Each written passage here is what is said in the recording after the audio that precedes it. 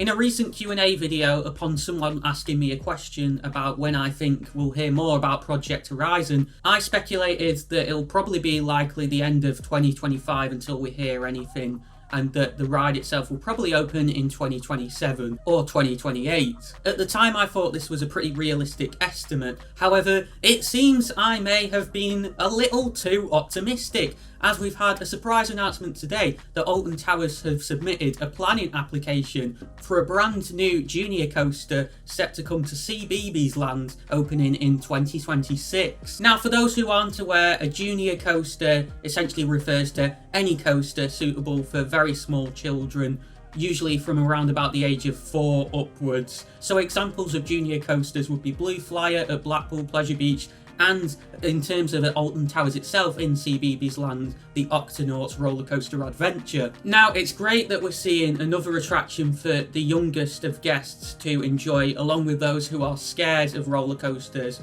and don't like thrilling rides. However, in my opinion, this is just a completely wrong move for Alton Towers to be making when we already have a ton of attractions suitable for that age demographic in the park, and we have a ton of attractions suitable for hardcore thrill seekers such as myself. What we don't have many of is progression rides. The only real progression rides we have for those older children who have surpassed the most small attractions but aren't quite brave enough to tackle the likes of the Smiler and Nemesis are attractions such as Wicker Man, Spinball Wizard, 13. We've actually just lost an attraction suitable for this age demographic in The Blade, which was a pirate ship ride located in Forbidden Valley. I'm really hoping that Project Horizon, with it being an indoor roller coaster confined to a relatively small space, would address this problem in the near future, but I can only imagine that this new junior coaster that the park are investing in is only going to push that back. And so I'm honestly quite disappointed in the park, to be honest. I really don't understand the logic behind this decision whatsoever, as by removing a transition ride, as I've called it,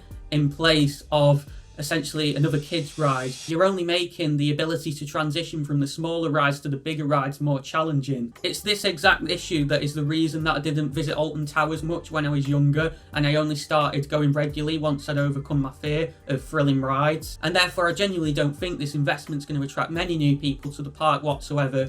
If anything, the direction the park are going in is just going to turn people away. As I've stated several times on the channel recently, I'm trying to move away from making videos about upcoming investments to parks that I don't care about. However, with this being as significant as a coaster, I do feel the need to talk about it. And at the end of the day, I'm not making this video to have a rant. I'm making it because I care about the park, and I just don't understand the decision making going on at the place at the moment, unfortunately. For all you thrill seekers out there, there's still the potential that we may well be getting a thrill coaster on the site of the Grand Prix, and to see my take on what that could entail, then you definitely want to go and check out this video on the right side of your screen. And for more things theme park related in the UK and beyond, make sure you click the icon in the centre of your screen to subscribe.